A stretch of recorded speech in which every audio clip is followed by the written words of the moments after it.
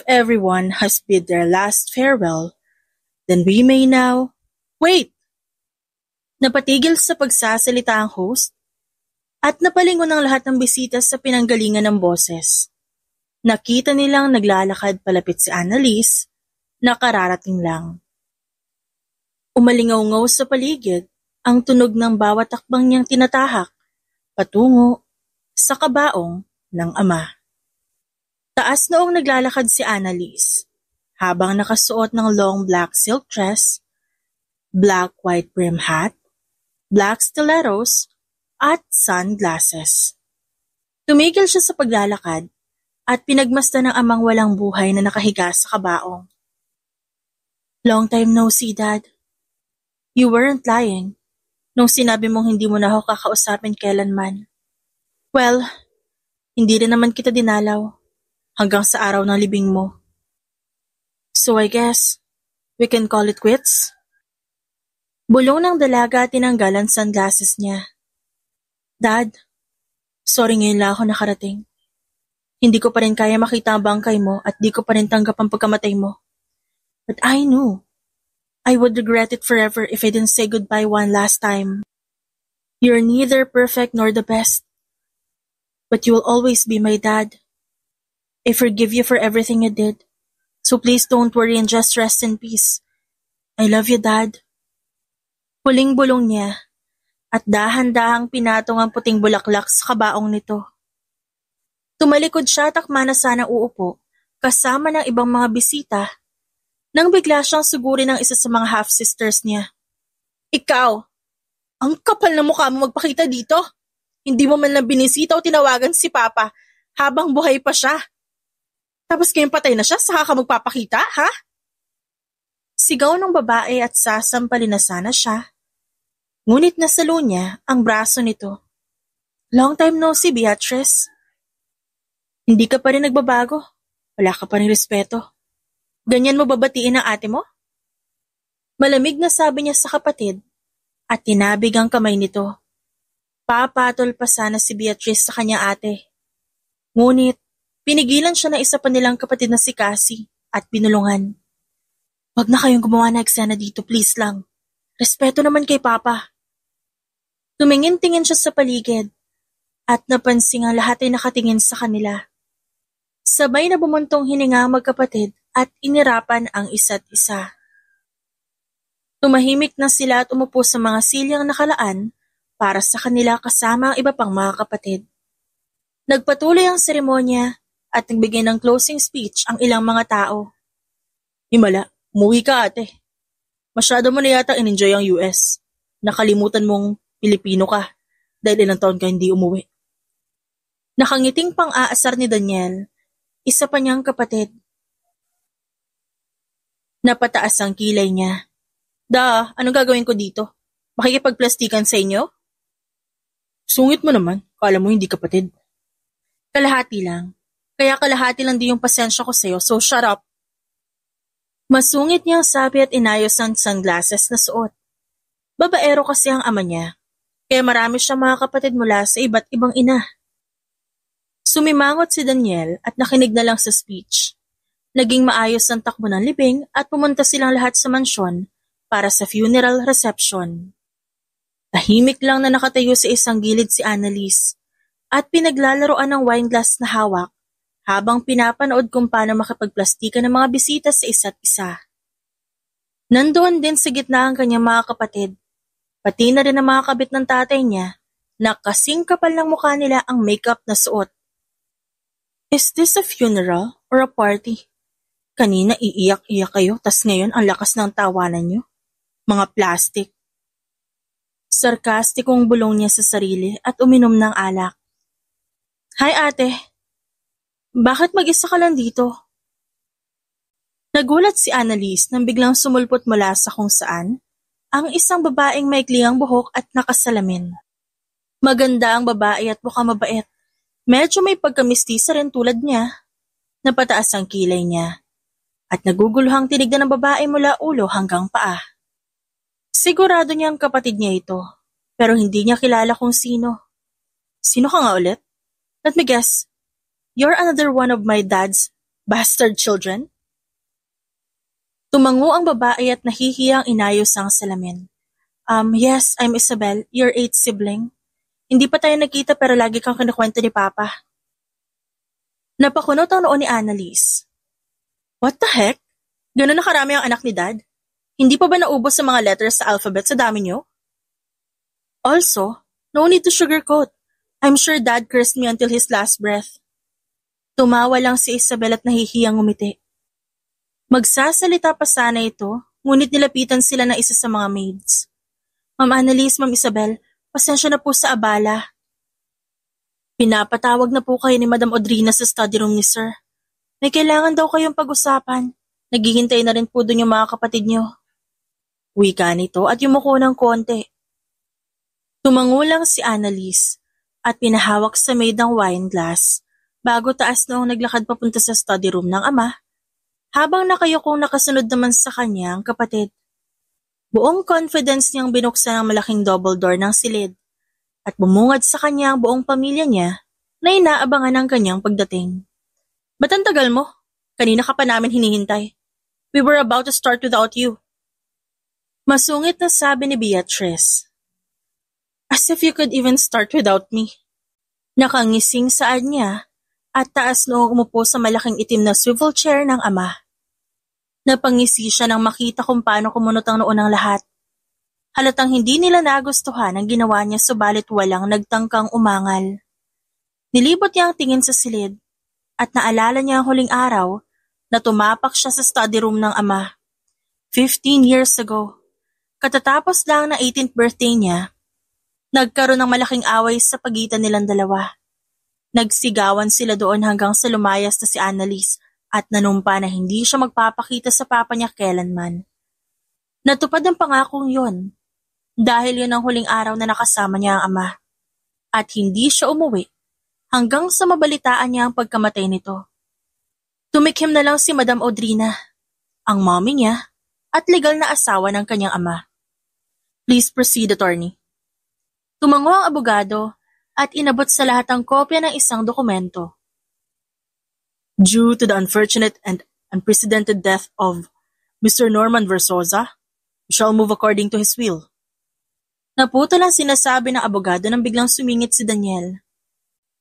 Please, just skip to the main point. Sayang ang oras namin. We're very busy. Tamad na saad nito at sumandal pa sa sofa. Alright, sir. In simple terms, according to what the late Mr. Versosa wrote in his will, Miss Annalise Versosa, his eldest daughter, and only legitimate heir, shall inherit 50% of all his properties and wealth, as well as 100% of all his shares in the Versosa Group of Companies, and the position of chairwoman in the mentioned corporation, while 25% of all the properties and wealth shall be given to his legal wife, Mrs. Audrina Versosa. Lastly, the remaining 25% of his all properties and wealth shall be divided among all of his illegitimate children. Anunsyo ng abogado. What? What are you talking about? What kind of nonsense is that? They get the everything while we get the leftovers? Huh? Galit na pag-angal ni Beatrice. Ang unfair. Wala nga si Annalise sa mga panahong nangihina si Papa eh. Tapos sa kanya mapupunta yung kumpanya? Pagsang-ayon ni Cassie. Anak din naman kami ni Papa. Bakit ang laki ng mana niya pero sa amin konti lang? Dagdag pa ni Daniel. Hoy, ikaw Annalise. I'm sure you did something about this. Anong pambobola ang ginawa mo kay Papa, ha? Sigaw ng isa pa niyang kapatid na si Erica. Ba't kasalanan ko pa? Ngayon lang ako umuwi after 15 years.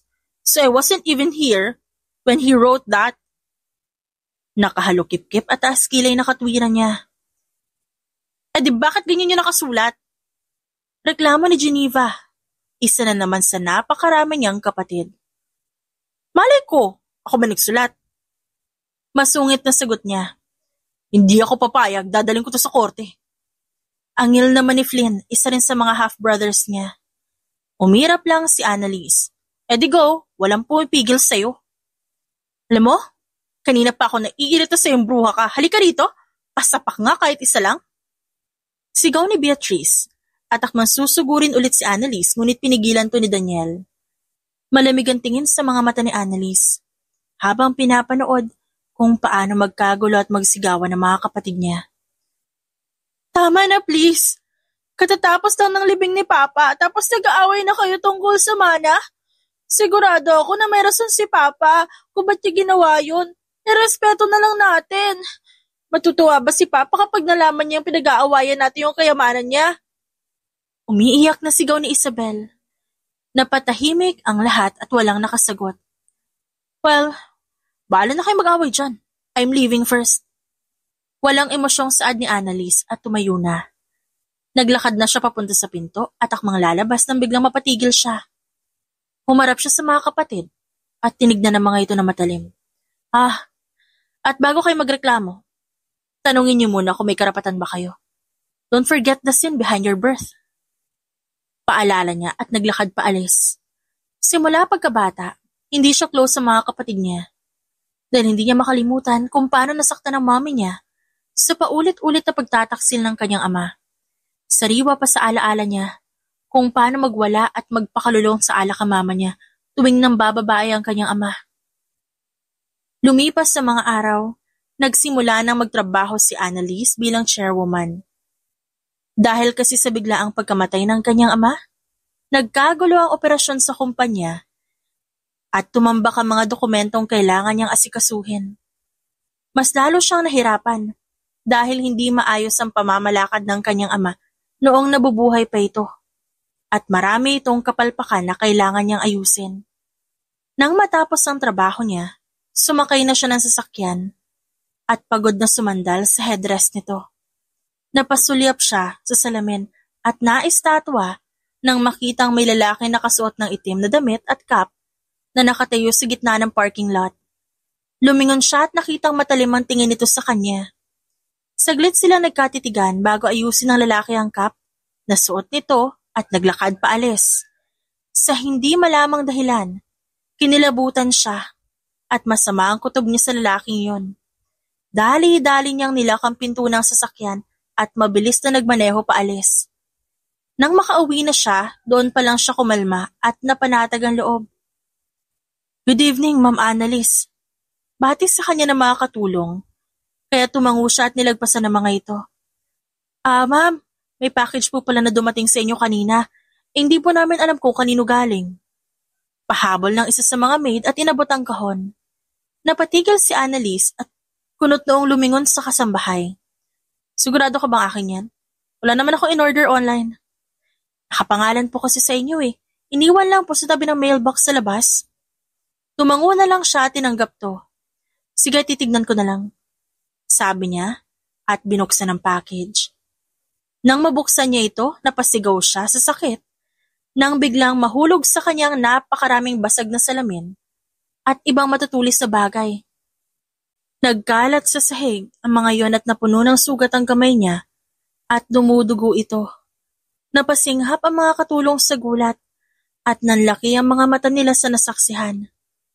Hindi alam kung anong gagawin. Subalit sa gitna ng pagkakagulong iyon, nanatiling tahimik si Annalise habang malalim na nag-iisip.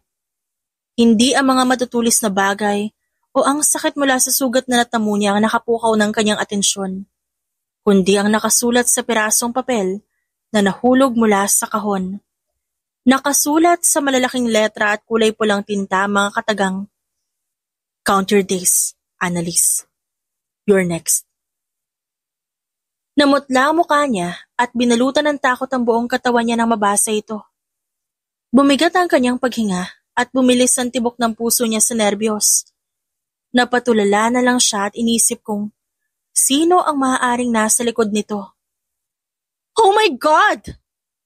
Bumalik sa realidad si Annalise nang marinig ang tili ni Beatrice at napalingon siya rito.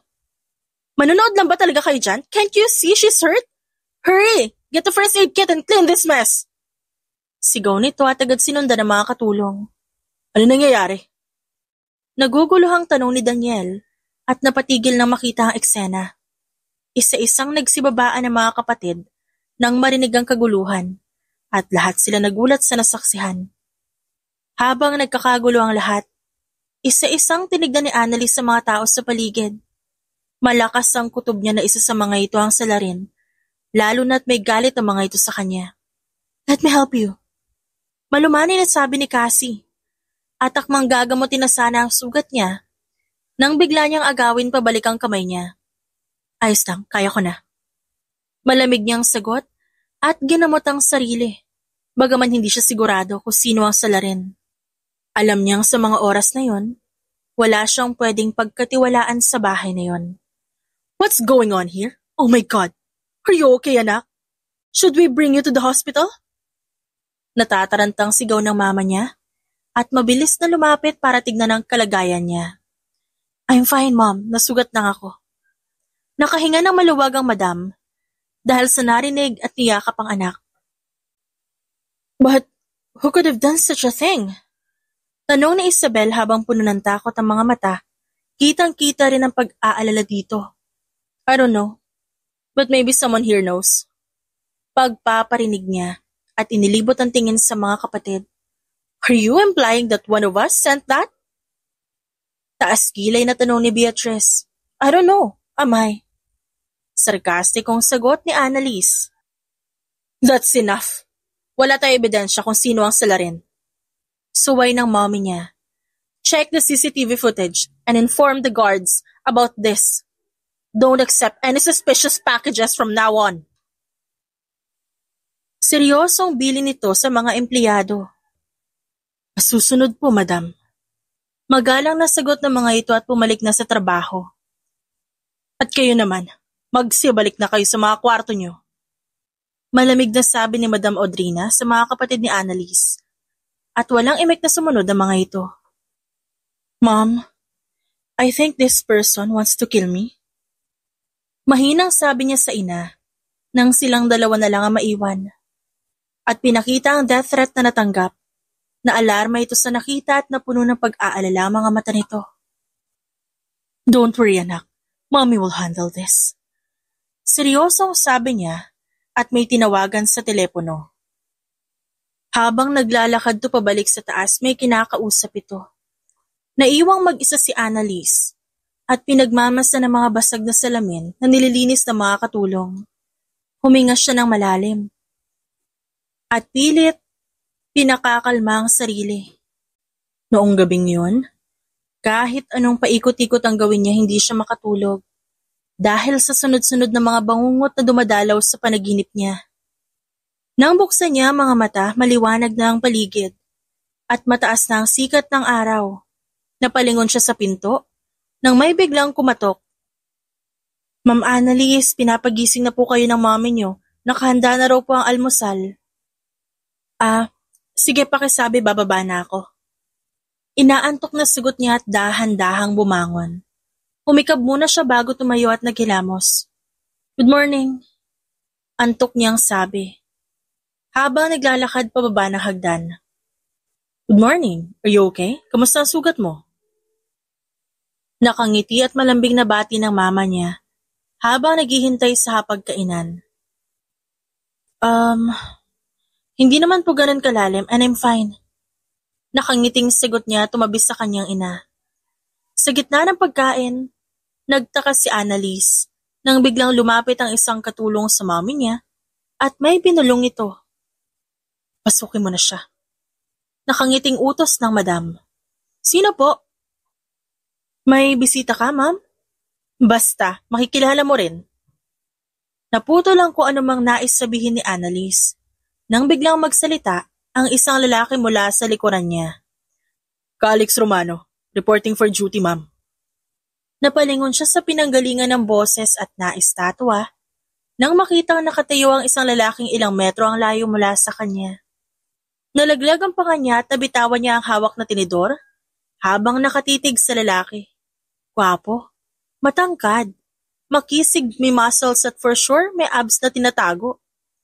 Nakasuot ng itim na suit and tie at napakamisteryoso ng aura nito. Halos maglaway siya. Habang pinagmamasdan ng napaka-hot na lalaking yon, nagwala ang puso niya nang mapatingin din sa kanya ang lalaki. at nagtama ang kanilang mga mata. Annalise, this is Calix. He will be your personal bodyguard until we catch the culprit. Sabi ng kanyang ina. He's 35 years old and a former member of Special Forces. Not only that, he's also the best in his agency and he never failed a mission. Also, he can handle your attitude easily. Maldita ka kasi. Kaya baka mag-resign agad yung bodyguard mo dahil sa ugali mo. So I get him. He's the perfect man for this role. Bumalik sa tamang wisyo ang dalaga at kunot noong nilingon ng ina. What's wrong with my attitude? Wait, you hired a bodyguard? Why? Anong why ka dyan? Sa tingin mo ba hahayaan kung maulit ang nangyari kahapon? Okay. But isn't he overqualified?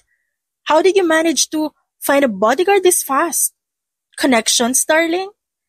All it took was one call. Your life is in danger, anak. I'll use all my connections and do everything in my power to make sure na safe ka palagi. Hindi mapapanatag ang loob ko kung alam kong anumang oras ay pwede ka mapahamak. Napatahimik na lang si Annalise at tumango na lang. Bumaling naman ang tingin ng madam sa lalaki. And you, I am entrusting you my precious daughter. Make sure she's safe. Protect my daughter at all costs, understood? Yes, ma'am. Alright. You'll be using the guest room next to Annalise's room. Anak, ihatid mo na siya sa kwarto niya. O siya, iiwan ko na kayo. May kailangan pa akong asikasuhin. Pagpapaalam ng kanyang ina at pinunasan ng bibig bago umalis. Awkward na tumingin si Annalise sa lalaki at nakitang nakatayo pa rin to ng tuwid. Tatayo ka na lang ba dyan? Like a statue or what? Nag-breakfast ka na ba? Hindi pa rin gumalaw ang lalaki. Yes, ma'am. But with how late it is right now, this should be considered lunch. Namimiloso po ka ba? No, ma'am. I'm just telling the truth. Umirap na lang siya at tumayo. Whatever. Follow me. Sabi niya at tumakyat na ng hagdan, habang tahimik lang na sumusunod ang lalaki. Tumigil sila na makarating sa dulo ng hallway. This is my room and that's your room. Anang dalaga. At tinuro ang dalawang kwarto na magkatabi. Pumasok na ang dalaga sa kanyang kwarto ngunit nakasunod pa rin ang bodyguard kaya hinarap niya ito. Will you really keep following me? Maliligo ako. Ano, sama ka? Napakurap ang lalaki na tila ba na-realize ang sinabi niya at mabilis na lumabas. Tumawa lang siya at sinara na ang pinto. Pagkatapos ng isang oras, natapos na siyang maligo, magbihis at magayos ng sarili. Tinignan niya ang sarili sa salamin at kumuha ng sandamakmak na selfie bago lumabas. Pinuksan niya ang pinto at napatalon sa gulat nang bumungad sa kanya si Calix na nakatayo lang sa labas. Oh my God, Calix! Why are you still standing there? Hindi ka ba nangangawit? Gawa ba sa bato yung mga paa mo? I need to stand guard and protect you. Not literally. You can sit. Isa pa, magkatabi lang naman yung kwarto natin, oh. Kaya pwede ka naman magpahinga habang naghihintay. Wala naman sigurong babaril sa akin dito sa bahay. It's better to be safe than sorry, ma'am. You're older than me, di ba? Don't call me ma'am. Or use po. I'll feel old. I don't care what you call me. Wag lang yun. Miss? No. Annalise? Close tayo. Napataas ang kilay ng binata. I thought you said that I could call you whatever you want. And whatever I want. O sige, princess na lang. Napakunot ang noon ng dalaga at napaawang ang bibig. The audacity? Get out! I am out of your room, princess. You're annoying. I don't like you. You're fired. I'm sorry, princess. But your mother is my employer. Stop calling me that! Okay, princess. Umirap na lang siya at nag-walk out. Whatever. Bahala ka nga dyan, sinisira mo yung araw ko. Nagpipigil naman ng tawa si Calix, habang nakasunod lang sa kanya. Nang makarating na sila sa garahe, pumili si Annalise ng sasakyan na gagamitin niya sa araw na yon. At hinagis ang susi sa bodyguard na agad naman itong sinalo. Ngunit binato lang nito pabalik sa babae. I am not your driver, princess. Yeah, but you're my bodyguard. And it's your duty to make sure that I'm safe, di ba? Kaya dapat siguraduhin mong hindi ako mababangga, right? Katwiran niya at hinagis pabalik ang susi. Para silang ewan na nakatayo lang doon habang nagtatalo at naghahagis na ng susi hanggang sa bumuntong hininga na lang ang binata at pinagbigyan na lang siya. Lumipas ang panahon at araw-araw ay tila ba aso't pusa ko mag-away ang dalawa. Kahit maliit lang na bagay pinagtatalunan nila. Walang minuto nagkasundo ang mga ito. Go away! Nakakairita ka! Inis na saad ni Annalise habang naglalakad sila sa parking lot at nakasunod pa rin sa kanya si Calix. Hating gabi na at ngayon pa lang natapos si Annalise sa mga dokumentong kailangan niyang asikasuhin. Sorry not sorry. But I can't do that, princess. I said stop following me! But I need to protect you, princess. Nagtalo sila habang naglalakad papunta sa sasakyan. Sabay silang napatigil na makitang nakapatong sa hood ng sasakyan ang bangkay ng patay na daga at ang isang note kung saan nakasulat ang mga katagang, "A bodyguard won't save you from me, Annalise." Yun ang nakasulat ton. Kinilabutan siya na makita niya yun. Nabalutan siya na matinding takot. Nanginginig ang kanyang buong sistema. Napalingon siya sa paligid. Nang makarinig siya ng yapak at bumigat ang paghinga niya, nang makitang nakatayo sa isang sulok ang lalaki nakasuot ng itim na hoodie. Saglit na tumama ang tingin nila sa isa't isa. Bago ito naglakad paalis. Wala sa sariling hinabol ni Annalise ang lalaki, ngunit agad tong nawala sa paningin niya. Hingal na hingal siyang tumakbo palayo at bumalik sa lalaki. Hinanap niya pa kung nasan si Calix, ngunit nagulat siya nang biglang may humawak sa braso niya at pinihit siya paharap. Napasigaw siya at akmang susuntukin to ngunit nasalo ng binata ang kamaon niya. Napatigil siya at nakahinga ng maluwag na makita ang mukha ni Calix. Sa hindi malamang dahilan, agad siyang kumalma at pakiramdam niya ligtas siya sa piling nito. Are you crazy? Ba't bigla kang tumakbo? What if the culprit is lurking nearby? I saw him. Calix, I saw him. He wants to kill me.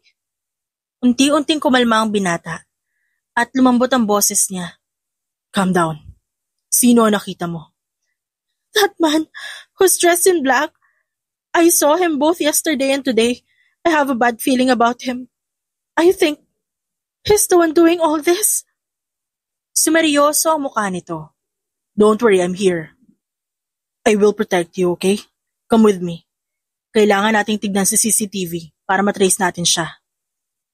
Pumunta sila sa CCTV control room. Nagulat sila na makitang walang malay ang nagbabantay dito. Deleted din ang mga CCTV footages ng oras na nangyari ang insidente. Naunahan niya tayo. Sigurado ako may mga kasabot siya. Seryosong tugon ni Calix. Anong gagawin natin? We'll report this to the police and strengthen the security here. Sabi niya at may tinawagan sa phone. Pagkatapos ng ilang minutong pakikipag-usap, hinatid niya na pauwi si Annalise. Sige na, magpahinga ka na.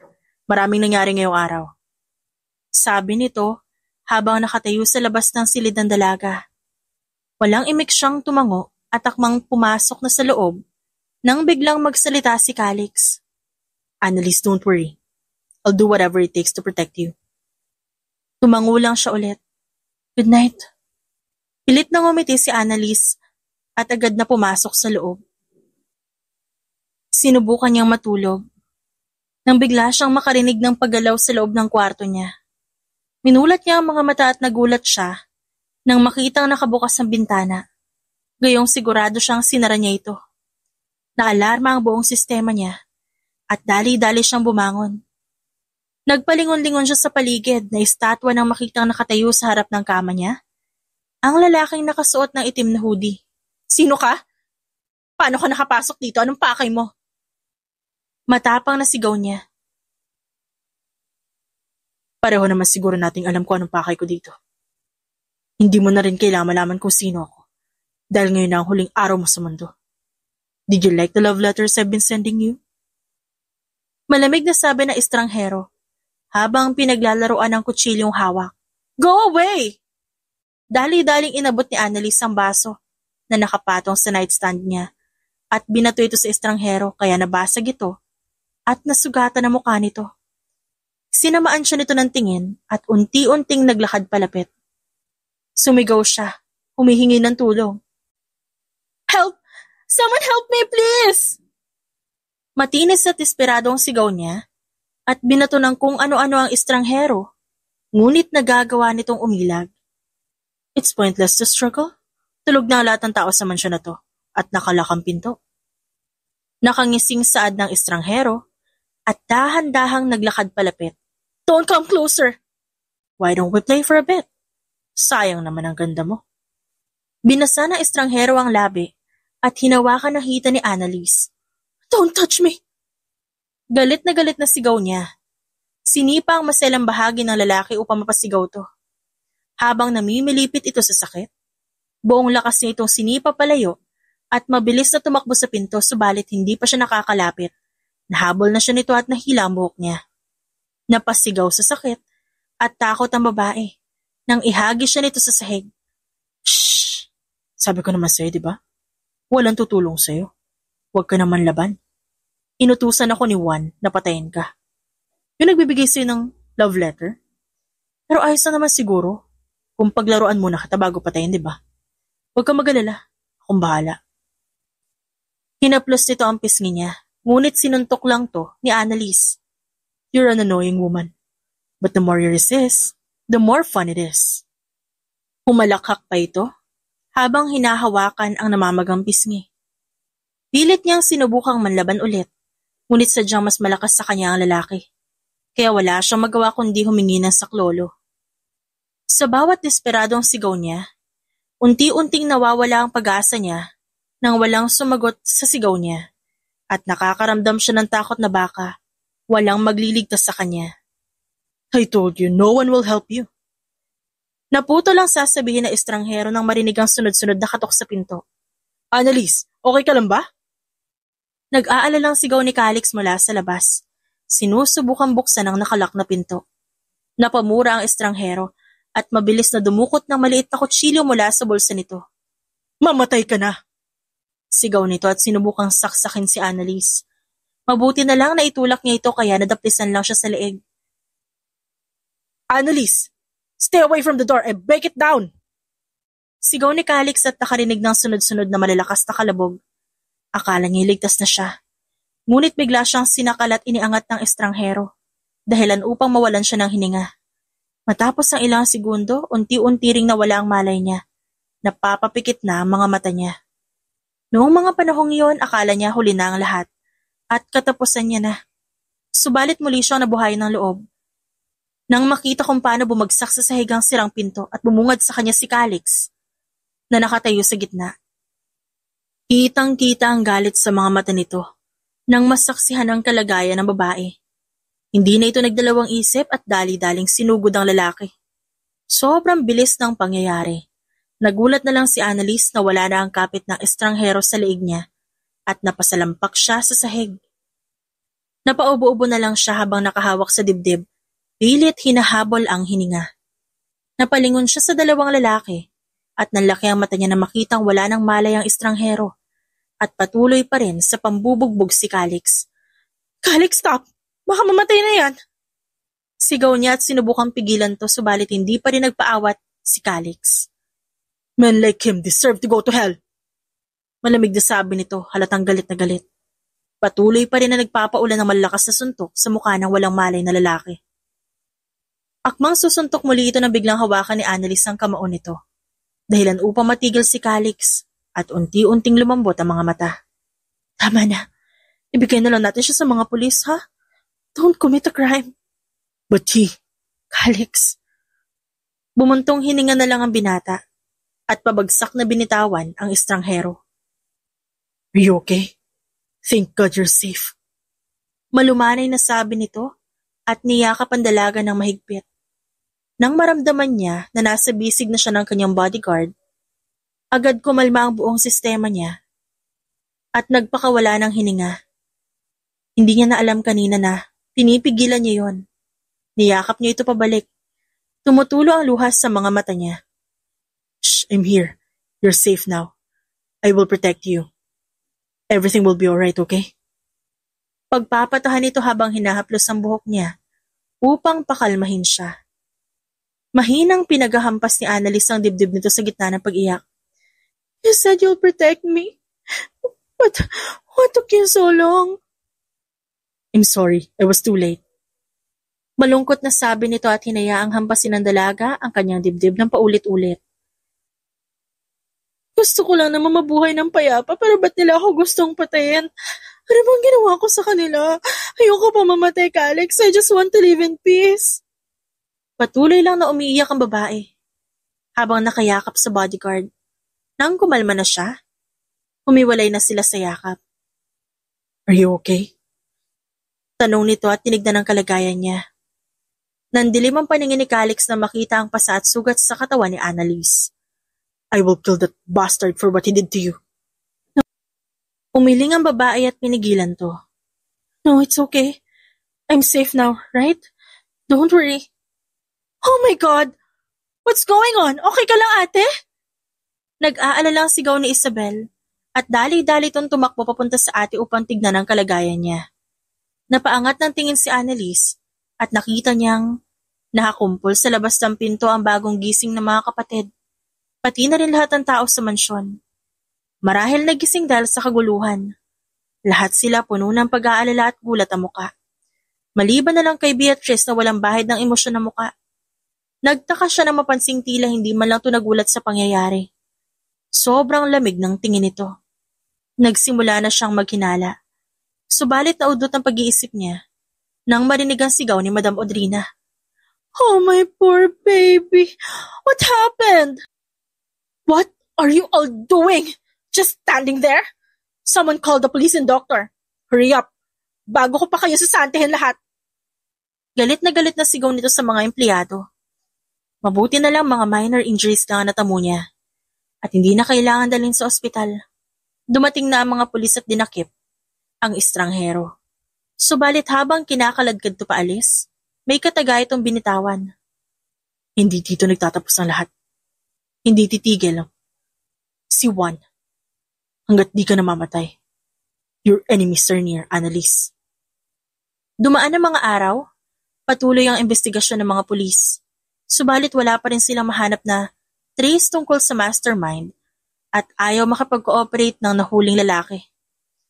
Kahit hindi man pinapakita ni Annalise, binabagabag siya ng pangyayaring yon. Hanggang sa isang gabi, hindi siya makatulog. Kaya imbes na mag-overthink, pinili niyang gisingin na lang si Alex. Hinatak ito papunta sa sasakyan. Doon tayo pupunta. Ating gabi na. Antok na reklamo nito habang kinukusot ang mga mata. I wanna go on a night drive. We won't sleep tonight. Anong balak mo sa akin, ha? Ikaw, princess, ha? Bad yan. Minus points ka sa langit. Exaggerated na napasinghap ang lalaki at niyakap ang sarili. Napairap na lang si Annalise habang nagmamaneho. In your dreams. Gusto ko lang gumala. Uuwi din tayo pagkatapos. As if naman may gagawin ako sa'yo. Ako nga dapat matakot eh. Tigilan mo nga ako sa kaka-princess mo na yan. Ang cringe! Kidding aside. Turn this car around right now. Kailangan mo na umuwi. Hating gabi na, and your life is in danger. You never know what could happen. The safest place right now is your home. Sarcastic ang napatawa si Annalise. Anywhere is safer than home. Matatawag mo pantahanan ng bahay na puno ng mga ahas? But we're alone right now. What if I'm going to kidnap you or something? Are you? No. Then it's fine. Annalise, delikado ang buhay mo. You know that you can trust anybody right now. You never know who will stab you behind your back. Frustrated nitong paalala sa kanya at ginulo ang sariling buhok. Inapakan ng dalaga ang brake nang makita ang red stoplight. I don't trust just anybody. I trust you. It's already lonely enough that I can trust my own family and everyone around me. I choose to trust you because I know that, at the very least, you wouldn't betray me, right? Saglit na napatulala si Alex, bago sumilay ang matamis na ngiti sa labi nito. I won't make promises I can't keep, but I swear on my life, I'll do whatever it takes to protect you, Annalise. Pangako nito habang nakatingin ng diretso sa mga mata ng babae. Nang mga oras na yon, Kahit di nila aminin, batid nilang sabay na tumitibok ang puso nila para sa isa't isa. Ilang segundo sila nagkatitigan at napakalalim ng mga emosyong tumatakbo sa kanilang mga mata. Sa unang pagkakataon, ay nanaigan nakakabiging katahimikan sa pagitan nila habang hinihintay na magkulay green ang traffic light. May hindi malamang tensyon sa pagitan nila habang pareho sila nakaiwas ng tingin at pilit pinakakalma ang pusong nagwawala. Patuloy lang silang bumiyahe sa ilalim na madilim na kalangitan. Ang buwan at poste ng ilaw lang ang nagsisilbing gabay sa daan. Di ka bababa? Tanong ni Calix nang tumigil sila sa isang stopover para magpahinga saglit at bumili ng pagkain. I can't. Bakit? You're a man, you won't understand. Sagot ni Annalise habang namimilipit na sa sobrang sakit ng puson. Nakalimutan kasi niya na ngayon pala ang buwan ng dalaw niya. Wala siyang dalang pamalit o kahit anong period essentials. Tumangulang ito at bumaba ng sasakyan. Just rest and wait for me here. Sabi nito at naglakad paalis. Pagkatapos na ilang minuto, bumalik na ang binata dala-dala ang napakaraming paper bag at inabot sa kanya. Tignan mo kung nandiyan na ba lahat ang kailangan mo. Kung may kailangan ka pa sabihin mo lang, ako nang bibili. Naguguluhan niyang tinignan ng laman at napaawang ang labi niya. Nang makitang punong-puno ito na iba't ibang brand ng napkin, pain relievers, pagkain at iba pa. How did you know? I saw you clutching your lower abdomen. And I guessed that you had period cramps. Meron akong 3 kapatid na babae. Ako yung utusan nila tuwing may period sila. I wasn't sure what brand you use or what food you're craving for. So I just bought you a bunch of stuff. May CR dun sa gas station. Pwede ka magpalit dun. Thank you, sabi niya. At nag-aalangang bumaba ng sasakyan dahil hindi siya sigurado kung may tagos ba siya. Agad napansin ni Calix na hindi komportable ang babae kaya bumaba na rin siya ng sasakyan. Hinubad niya ang suot na coat at tinali sa bewang ng babae. Thank you. Napangiti naman si Annalise at hindi niya maitatanggi na kinilig siya sa ginawa nito. Pumunta na siya sa CR para magpalit at pagbalik niya ng sasakyan, nagulat siya na makitang nakaupo na ito sa driver's seat. What do you think you're doing? Taas kilay na tanong niya at sumandal sa pinto. Umuupo. Alangan namang tumayo ako rito sa upuan. Hoy, Calix Romano, wag mo sinusubukan ng pasensya ko ah. Puyat ako at may mens ako ngayon. Ngumisilang ang binata at kinuha ang susi mula sa kamay ni Annalise. Aware ka naman pala eh. Now please get in the car and take a nap. I'll drive. Ang haba-haba ng sinabi mo. I'll drive lang pala ang gusto mong sabihin. Ang haba naman ng thank you mo. Whatever, I can drive naman so move out of the way. I know you can, but let me please. Umirap na lang si Annalise upang itago ang ngiti at naglakad papunta sa kabilang pintuan. Akmang bubuksan niya ito nang biglang sumulpot si Calix mula sa likuran niya at pinagbuksan siya ng pinto. Gulat siyang napalingon sa lalaki at nagwala ang puso niya na mapagtantong napakalapit na mukha nila sa isa't isa. Konting galaw lang magkakadikit na ito. Napaiwas ng tingin ng dalaga at pumasok na sa sasakyan. Bago pabagsak na sinara ang pinto, natatawang napailing na lang si Calix at sumakay na rin. Nagulat siya na may biglang kinuha ang lalaki mula sa backseat at inabutan siya nito ng hot compress. Here. Nakakatulong to sa period ng mga kapatid ko. Use it. Magpahinga ka lang dyan at kumain ka na. Just tell me if you feel uncomfortable or if you need something. Tumangulang siya at ngumiti. Pinatong niya ang hot compress sa puson niya at sumandal sa upuan para magpahinga. Bumiyahe na sila at pagkatapos ng ilang oras, nakarating na sila sa People's Park.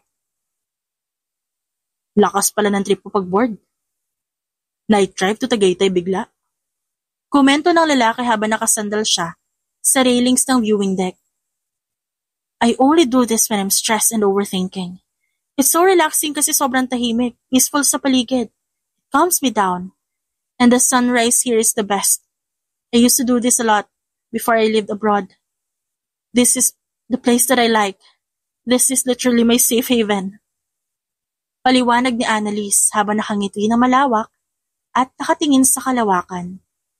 Tumingala din to sa langit at kumiti. Di ko alam. Kaya mo palang umiti ng ganyan. Lagi ka kasing beast mode. Nakakairita ka kasi eh.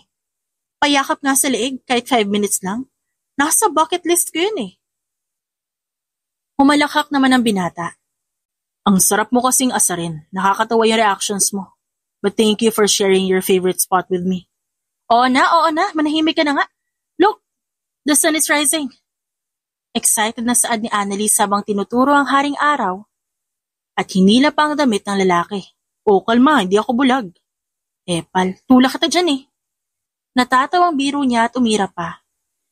Pinanood lang nila ang sunrise habang nakaharap sa napakagandang Taal Lake. Calix, is all this danger and chaos we're going through really worth it? Nakatulalang wika ni Annalise habang nakatitig sa kawalan. Napalingon sa kanya si Calix at tahimik na hinihintay ang susunod na sasabihin nito. I'm sure alam mo na ang sitwasyon ko. Alam mo na ang tungkol sa akin. Pero gusto ko pa rin sa'yo ikwento ang story ng buhay ko. My parents didn't marry for love. It was just a marriage of convenience to make their families wealthier and more powerful. When I was young, bihira naman na makita ko yung mga magulang ko. My dad was busy with his mistresses, while my mom would go to bars and come home drunk. I was always surrounded by luxurious things, and I had everything I wanted. But in reality, I had nothing. I always thought, anong point na meron ako na lahat ng bagay na yun? Hindi naman ako masaya. Calix, all my life, hindi ko alam kung ano ibig sabihin ng pagmamahal. But after I met you, I felt an unfamiliar wave of emotion. And I think I'm falling for you a little bit, or maybe a lot. I'm willing to give up everything I own just to live in a peaceful place with you. So, will you please escape this chaos with me? Let's run away and live a quiet life away from danger. I won't escape with you, Annalise. Nadurog ang puso niya sa sagot nito. At tumingala siya para pigilan ang mga luha. Nagulat siya nang hawakan ni Calix ang kamay niya. Naguguluhan niya itong tinignan. Ilang segundo sila nagkatitigan at halo-halong emosyon ang tumatakbo sa kanilang mga mata. Hinila siya ni Calix at niyakap ng mahigpit. But I'll fight and face all the dangers with you. For you. And for our happily ever after. Dapat ako'y nagko-confess ngayon, love. Inunahan mo ko. I've loved you for a long time now. After everything is over, mag-retake tayo. I will confess first. Matagal na ako inaasar ng mga kapatid ko na torpe daw ako eh. Hindi niya napigilan ng luha at tahimik na umiyak habang nakasandal sa dibdib nito. But I'm scared, Calix. I hate to admit it, but I'm too weak to fight. Then I'll teach you. I'll train you to the point where you wouldn't need anyone to protect you and you can defend yourself. Although I love protecting you, there will be times when I can't. So I want you to have your own strength. Nakangiting tumango si Annalise at niyakap to pabalik. Lumipas ang panahon nagsimula ang self-defense training niya. Araw-araw pagkatapos ng trabaho, pumupunta sila sa agency ni Calix para hiramin ang training room at sa bawat araw na lumilipas unti-unting nag-i-improve si Annalise. Focus, Annalise. Bumalik siya sa realidad nang marinig ang boses ni Calix. Nasa gitna sila ng napakalaking training room at nagpapaulan ng sunod-sunod na suntok si Calix na nagawa niyang ilagan. Habang abala sa pagsuntok ang binata, sinubukan niyang sipain ang sikmura nito. Ngunit nagawa itong harangin ng lalaki. At sa loob lamang ng ilang segundo, napabagsak ulit siya ng lalaki. Sigurado ka ba hindi ka gorilla? Ba't ang lakas mo? Reklamo niya habang inaalalayan siya nito patayo. Tumawa lang si Calix at umayos ng tayo. Malaki ang naging improvement mo. Pero bilisan mo yung pag-atake mo. Stay calm. Focus and attack while the enemy is distracted. Aim for the parts that will inflict the most pain. And use powerful strikes. Pumwesto na siya at hinanda ang sarili. Bring it on. No, this time, you'll do the first attack. Show me your skills. Hindi na nito natapos ang sasabihin ng biglang sumalubong ang malakas na sipa ni Annalise sa sikmura nito. Kaya napapilipit siya sa sakit. Hoy, sandali, di pa ako ready. Hindi niya pinatapos ang sasabihin ng bodyguard niya at bigla na lang sinuntok ito sa muka. Akmang susuntukin ulit niya ito nang masalo nito ang kamao ng babae. Gumaganti ka ba? Di Sumunod lang ako sa sinabi mong attack while the enemy is distracted Wala akong alam sa sinasabi mo. Sumimangot si Calix at hinawakan ang parte na sinuntok ng dalaga. Sakit, feeling ko na-dislocate yung pangako. Ang OA? Patingin nga. Natatawang saad ni Annalise at lumapit para tignan ang mukha nito. Gotcha. Nagulat na lang siya nang bigla siyang hilahin palapit ni Calix at ninakawan siya ng halik. You sly fox! Asik niya habang nagpipigal ng ngiti at hinampas ang balikat ng lalaki na tatawa-tawa naman. Nagpatuloy ang training at pagkatapos ng ilang oras natapos din sila. Pumunta muna siya sa CR para magbihis at pagkatapos ng ilang minuto lumabas na siya. Nakita niya nakasandal sa pader si Calix. Mukhang problemado ito at malalim na nag-iisip. Nilapitan niya ito. Calix, may problema ba? Napalingon ito sa kanya at nakangiting umiling. Wala, may inisip lang ako. Tara na. Hindi na siya nagtanong at hinayaan na lang ito. Habang naglalakad sila sa parking lot, nagulat si Annalise nang makita ang driver ng pamilya niya. Mang Jose, ano ba ginagawa niyo dito? Ma'am Annalise, pinapasundo po kasi kayo ni Madam Audrina. Hinihintay niya po kayo sa restaurant. Nagkatinginan muna sila bago tumango si Annalise at sinundan to. Nagtaka siya nang makitang tumigil to sa harap na isang van. Sorry po, Ma'am Annalise. Paghingi ng tawad ng matanda. Napakunot ang noon niya sa sinabi nito. Ano pong? Hindi niya natuloy ang sasabihin nang biglang may dumating na mga lalaki nakasuot ng itim at naramdaman na lang ang malakas na pagtamas sa ulo niya ng isang bagay, dahilan upang mawalan siya ng malay. Nang buksan niya ang mga mata, bumungad sa kanyang madilim na bodega at nakatali siya sa isang upuan. Pinalibot niya ang tingin sa paligid at nakitang may mga lalaki nakapalibot. Boss, gising na siya. Anunsyo ng isa. Where am I? What do you want from me? Nasaan si Calix? Anong ginagawa niyo sa kanya, ha? Shh, huwag ka magalala. Malalaman mo din. Tawagin niyo si Juan. Utos ng pinuno ng mga tauhan. So, you're the woman who threw our men in jail. You're feisty. I like it. Pero kawawa ka naman. Determinado si boss sa patayin ka. Si Juan ba nagutos sa inyo? Magkano binayad niya sa inyo, ha? Name the price. I can give you 3 times or even 5 times more. Just let me escape. Napatigil siya na marinig ang ingay at yun ay ang pagbukas ng pinto. Narinig din niya ang tunog ng paghakbang. Kinilabutan siya nang marinig ang pagtawa ng babae at naestatwa siya nang marinig ang pamilyar na boses. Do you really think you're in position to bargain, ate? Nakangisi at taas noong tanong ni Isabel habang naglalakad papunta sa direksyon niya. Isabel, anong ginagawa mo dito? They kidnap you too? Napatigil siya sa pagsasalita at nanlaki ang mga mata nang mapagtagpi-tagpi ang lahat ng clues. You're one. Ikaw ang mastermind. God, it took you so long enough to realize that? Wow. So this is how it feels to look down on the high and mighty Annalise Versosa? You're so gullible, ate. I can't believe all it took was some mediocre acting to evade your suspicious eyes. Nandun na lahat ng clues pero hindi mo pa rin ako pinagdudahan. Sabi ni Isabel habang pinagmamasa ng kalagayan ng kapatid. Malayong malayo sa malaanghel na ugaling pinapakita nito noon. You traitor? Ito pala yung tunay na kulay mo. Ano bang kasalanan ko sa'yo, ha? Magkapatid pa rin tayo, Isabel. How could you use dirty tricks to stab me behind my back? Para saan, ha? Sa pera? Sa mana? Oh, please. Wala ka mauuto. Pareho nating alam na kailanman hindi mo kami tinuring na kapatid. I hated you from the very beginning. At di ko maintindihan kung ano ba meron sa'yo at ikaw ang paborito ni Papa. Pareho naman tayo anak ni Papa. So why do you get all the glory? It was always in your shadow.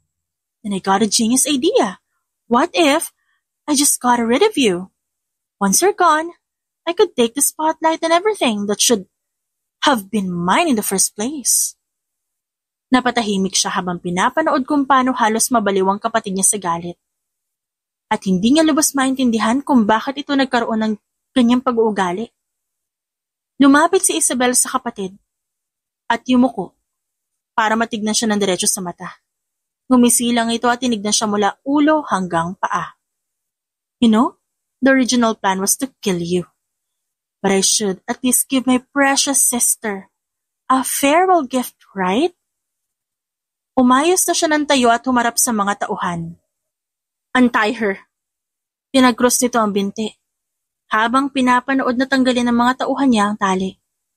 Walang imik na hinintay si Annalise na matanggal ang tali sa braso at binti niya. Nang maramdaman niyang lumuwag ang mga tali sa katawan niya, dali-dali niyang inagawang baril na nakasabit sa bewang ng isang lalaki. Mabilis niyang pinukpok ang baril sa ulo nito, dahilan upang mawalan to ng malay. Agad sumugod ang mga kasama nito, at nagawa niyang ilagan ng lahat ng atake ng mga ito. Inalala niya ang lahat ng natutunan niya mula kay Calix. At sa loob lang ng ilang segundo, isa-isa niyang napabagsak ang mga lalaki. Don't move! I'm warning you! Huwag kayong lalapit! Sigaw niya at tinutok ang baril sa direksyon ni Isabel at ng mga tauhan nito. Walang emosyon lang siyang tinignan ng kapatid habang nasa likod ng mga tauhan. Sinabi ko na sa'yo, walang mangyayari kahit lumaban ka pa. Oh, here comes my gift. Sabi ni Isabel habang nakatingin sa likod ni Annalise. Napakunot siya ng noo at akmang lilingon upang tignan kung sino nasa likod niya. Nang maramdaman niya ang pagdikit ng malamig na bakal sa likod ng ulo niya. Sigurado siyang may tao sa likod niya at may nakatutok na baril sa ulo niya. Mabilis siyang humarap dito at tinutukan din ito ng baril. Subalit tila gumuho ang mundo niya nang makita ang kaisa-isang lalaking pinagkakatiwalaan at minahal niya. Si Calix. Labis na nasaktan si Annalise. Habang pinagmamasdan ang mukha nito na walang bahid ng emosyon. At ang mga mata nito na malamig ang tingin. Ibang-iba sa lalaking kilala at mahal niya. Di ba naman ikaw, Calix? Pati ba naman ikaw? Naluluhang tanong niya. Halos mapiyok na ang boses. Hindi ito sumagot. Nanatiling nakatingin lang sa kanya. Nakatayo lang sila sa gitna ng madilim na kwartong yon. Nakatutok ang baril sa ulo ng isa't isa. Katiwalaan kita. Minahal kita. Even when I didn't trust my own family, I trusted you. How could you betray me? Kasinungalingan lang ba ang lahat? Nangako ka, sabi mo poprotektahan mo ko. You said you'll fight with me. Kaya bakit? Why are you on their side? Kailan pa, ha? Nanginginig siya sa galit. Sinusubukan niyang patatagin ang sariling boses. Hindi siya makapaniwala na nagawa siyang traidorin ng lalaki. I'm sorry. Yun lang ang sagot ni Calix sa kanya. Calix, ano pa hinihintay mo? Patayin mo na siya. Baka nakakalimutan mo. Hawak ko ang buhay ng pamilya mo. One wrong move and your entire family dies. Babala ni Isabel. Napatulala si Annalise na mapagtantong. Pinagbabantaan pala ni Isabel ang pamilya ng lalaki. Kaya wala itong choice kundi sumunod sa utos. Saka pa lang niya napansin ang halo-halong emosyon sa mga mata ni Calix at nagpipigil din ito ng luha. Can I at least hug her and say goodbye one last time? Napipiyok na pakiusap ni Calix. Saglit na napaisip si Isabel bago tumango. Make it quick. Sabay nilang binaba ang mga baril. Habang nakatitig sa mata ng isa't isa na puno ng mga luha. Mahigpit nilang niyakap ang isa't isa. Hinalikan ni Calix ang noo niya. Napansin niya nanginginig to habang nakayakap sa kanya. Annalise, in the count of 3, I want you to run away. Papunta na ang mga pulis kaya basta makaalis ka lang dito. Dapat gawin mo yon. Ligtas ka na sa mga oras na yon. What? Please trust me, okay? Ano? I love you. Naistatwa si Annalise nang marinig ang bulong nito bago humiwalay sa yakap. Naguguluhan niya itong tinignan ngunit kumiti lang ito at nagsimulang magbilang. 1, 2, 3. Run! Sigaw nito at pinagbabaril ang mga kalaban. Sinubukang tumakbo ng dalaga ngunit nagawa siyang habulin ng ibang kalaban. Lumapit sa kanya ang dalawang lalaki at sinubukan siyang hulihin. Sinipa niya ang pribadong parte ng isa. Siniko niya ang ilong ng isa pa. Napamura ang dalawa at namilipit sa sakit. Habang distracted ang mga ito, malakas niyang pinag-untog ang ulo ng dalawa. Dahilan upang parehong mahimatay ang mga lalaki. "Calix!" Sigaw niya nang mapansing may dalawang lalaking palihim na sumugod kay Calix. Naabalang makipaglaban. Tinanggal niya ang suot na high heels at binato ito sa ulo ng mga lalaki. Asintadong tumama at parehong nawala ng malay ang dalawa. Nagulat siya nang may biglang umagaw sa baril niya at tinutok ito sa ulo niya. Dahilan upang hindi siya makagalaw. "Hoy! Ibaba mo yung baril mo o mamamatay ang babaeng to." Babala ng lalaki. Naistatwa si Calix at napatigil sa pakikipaglaban. Nagkatitigan sila at napatango sila ng maintindihan ang nais iparating sa isa't isa. Unti-unting binaba ni Calix ang baril niya. Ngunit bago pa ito tuluyang maibaba, mabilis na siniko ni Annalise ang sikmura na nakahawak sa kanya at inagaw pabalik ang baril. Yumuko siya at mabilis na binaril ni Calix ang lalaki. Sabay na tumakas ang dalawa. Habang tumatakbo sila, may mga nakakasalubong sila sa mga kalaban at magkasama nilang nilabanan ito. Akala nila'y naubos na ang kalaban at ligtas na sila. Ngunit biglang sumulpot mula sa kung saan si Isabel. "Akala niyo ba? Hahayaan ko kayong makaligtas dito?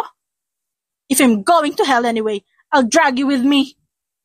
Sigaw nito at tinutukan ng baril ang kapatid. "Annalise!" Sigaw ni Calix at tumakbo papunta kay Annalise upang harangin ang bala. Napalingon si Annalise sa bodyguard at nagulat siya nang bigla siya nitong yakapin na sobrang bilis ng pangyayari. Bigla na lang siya nakarinig ng putok. At doon, tuluyang bumagsak ang katawan ni Calix. "Calix! Isabel, anong ginawa mo?" Natatarantang sigaw niya, habang yakap-yakap ang nanghihinang katawan nito. Sakto namang umalingaw-ngaw sa buong paligid ang sirena ng pulis at ambulansya. Napamura si Isabel at natatarantang tinutukan muli ng baril si Annalise. Ngunit bago pa man ito naputok, biglang may tumamang bala sa dibdib nito. At agad itong bumagsak sa sahig. "Don't you dare hurt her!" Nanghihinang sabi ni Calix na siyang bumaril dito. Unti-unting pumikit ang mata ng binata at nawala ng malay. "Calix, wake up! Please wake up! Tulong! Someone got shot! Please! Please! Calix, don't worry. The ambulance is here, okay? We're going to the hospital, please. Please naman, oh. We're safe now. You won't die. You can't die, please!" Desperadong iyak niya habang yakap-yakap ito. Mabilis na sumugod ang mga pulis at paramedics sa loob. Dali-dali nilang sinakay sa ambulansya si Calix para itakbo ito sa ospital. Nagsimula na ang operasyon. Tahimik lang na umiiyak si Annalise habang naghihintay sa labas. Hindi siya mapagdasal na tao noong mga oras na yon, pero desperado siyang manalangin na mailigtas ang lalaking mahal niya. "Annalise, thank God you're safe." Humagulhol siya ng iyak sa harap ng ina. Mom, si Calix. It's my fault why this happened. Calix got shot while trying to protect me. I never wanted this to happen. I was the one who was supposed to be shot, not him. Because of me, nalagay siya sa alanganin pati pamilya niya. Don't blame yourself, okay? It's not your fault. Hindi rin matutuwa si Calix pag nalaman niyang sinisisi mo ang sarili mo. He chose to protect you because he loves you. He told me not to tell you. But after the assassination attempt, someone called him and threatened to kill his family if he didn't cooperate.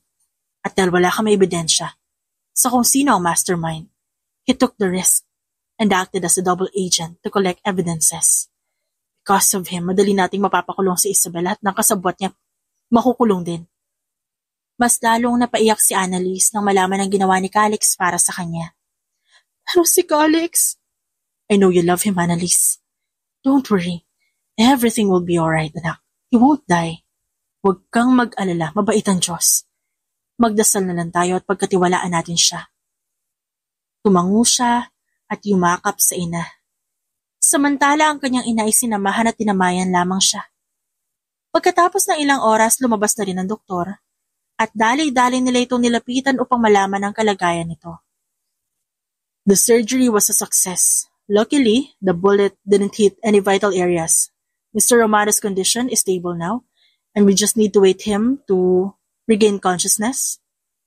That would be all. Sabay-sabay silang napahinga ng maluwag sa narinig. Thank you, Lord. Thank you, Doc. Pumunta na sila sa kwarto kung saan nagpapahinga si Calix. At buong gabi, hindi umalis si Annalise sa tabi ng lalaki.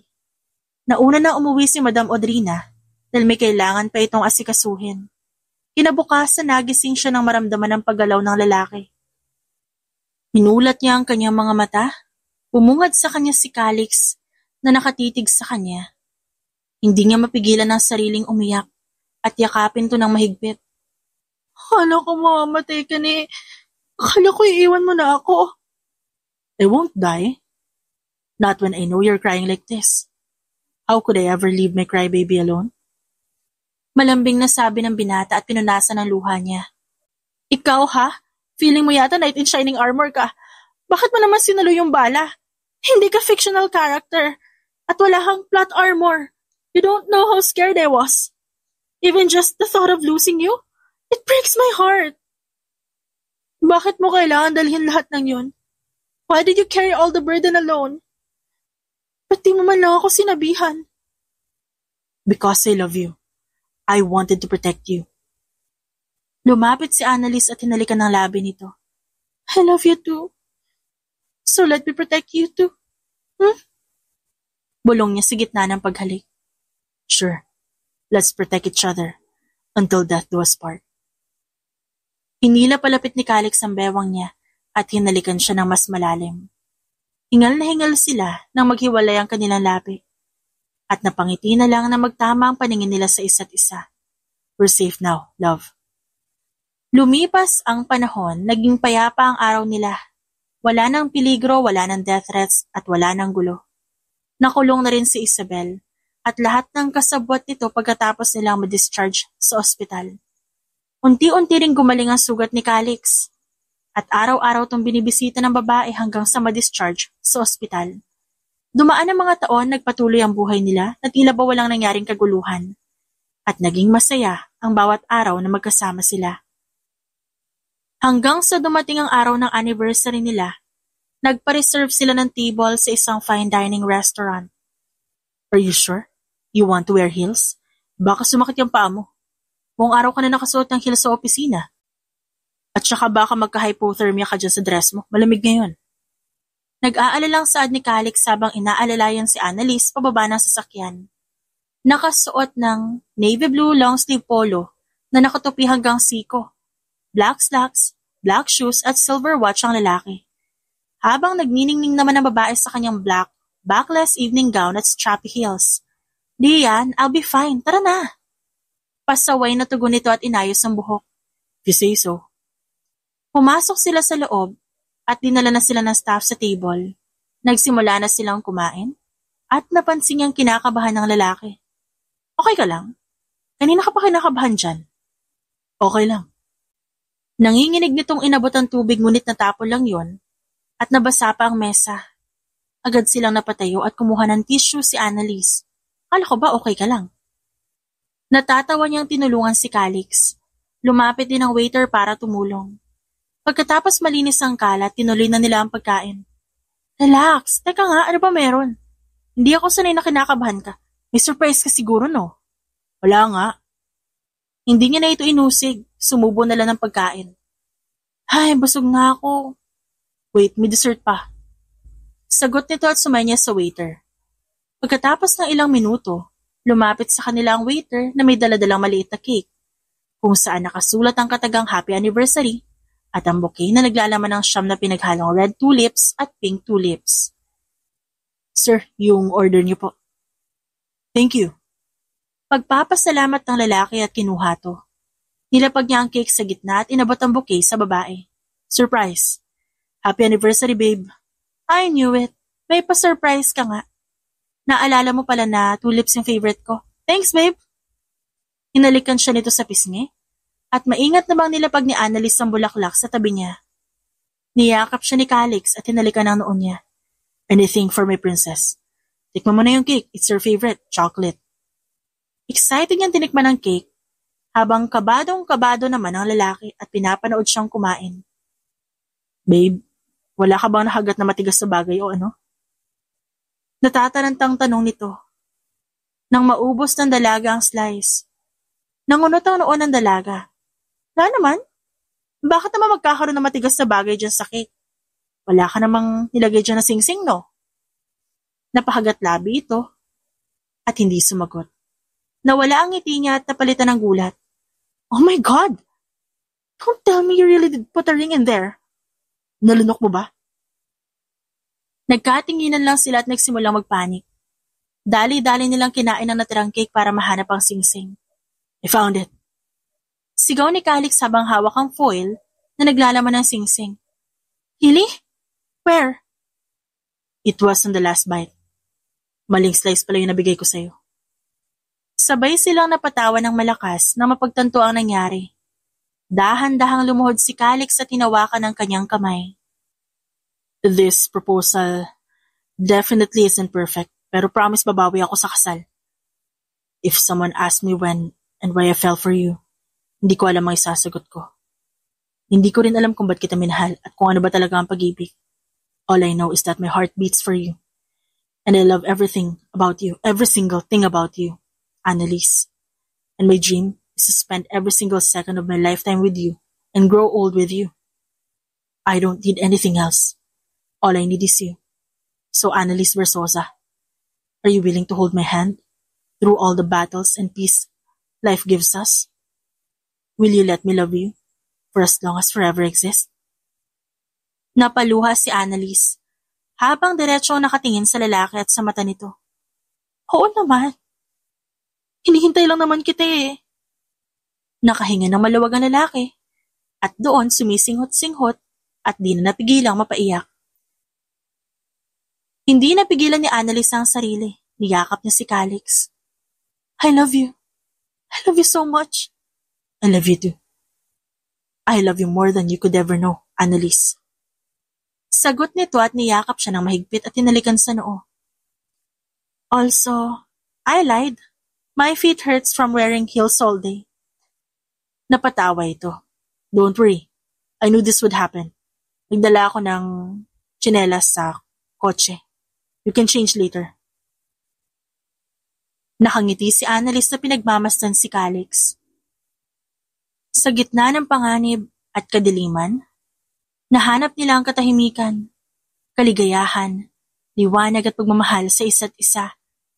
They became each other's source of strength, their weakness, and their one and only. And although life isn't perfect, with each other, they lived happily ever after. The end. It's shoutout time!